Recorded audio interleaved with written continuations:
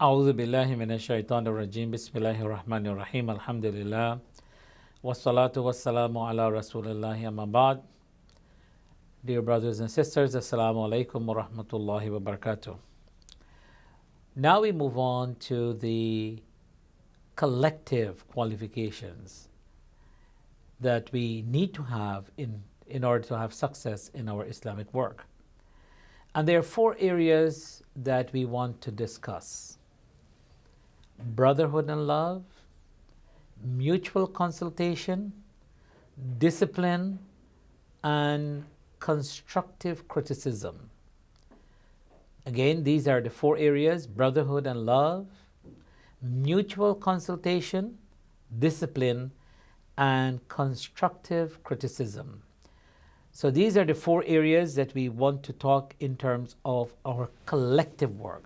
So now that we talk of our personal qualification with our knowledge, our faith, our action-oriented, our commitment to Islamic work, now we move on to what does it take as a collective group or as a jama'ah.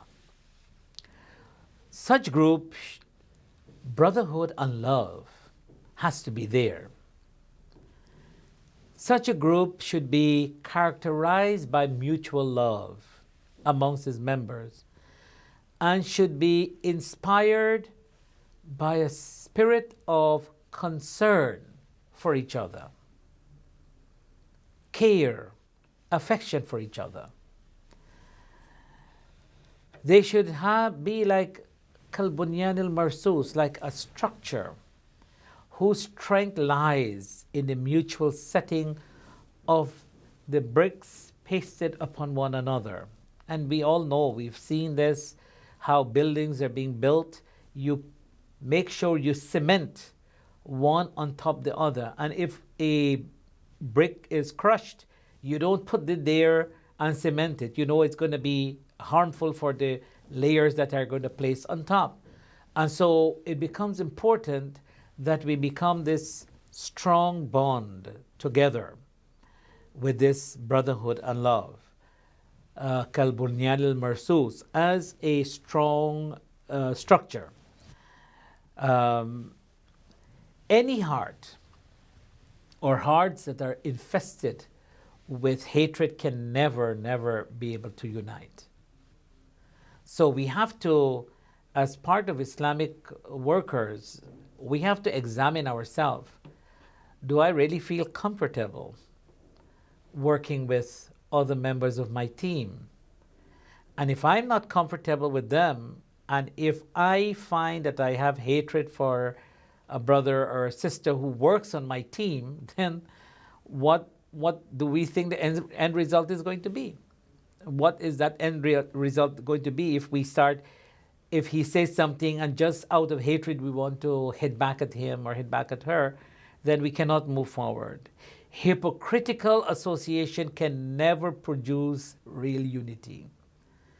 And sometimes when we look back in our own environment, our family, our wider family, our community, our jama'ah, that oftentimes we smile with each other and we say nice things in front of each other, but behind our each other's back, we say things that are very distasteful.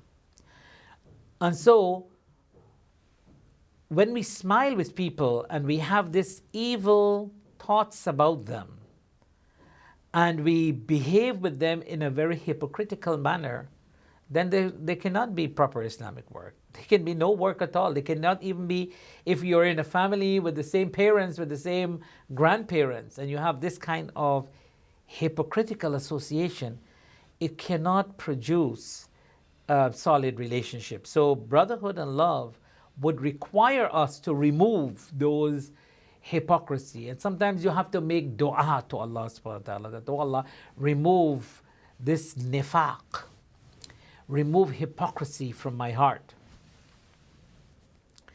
Friendship based on selfishness is a recipe of discord and only a dry association. So if I have a selfish motive that I am going to be there, so it's all about my personal agenda, again, it's not going to be fruitful for establishment of true brotherhood and love. A strong group can come into being only when its members are sincere in their thoughts and they have love for their objective, and this earnestness of purpose and honest thinking creates among them a feeling of mutual love and sincerity.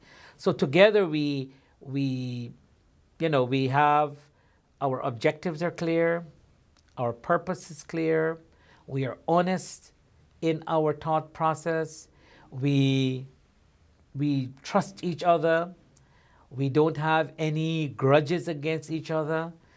And imagine sitting with a group of 5, 6 brothers or sisters, you sit in a group of 5 or 6 and you discuss anything you discuss in that harmonious environment, peaceful, trustworthy people, honest people, sincere people. How beautiful is that in our Islamic growth and development. May Allah subhanahu wa ta'ala build in our heart true love and brotherhood for one another. Assalamu alaikum wa rahmatullahi wa barakatuh.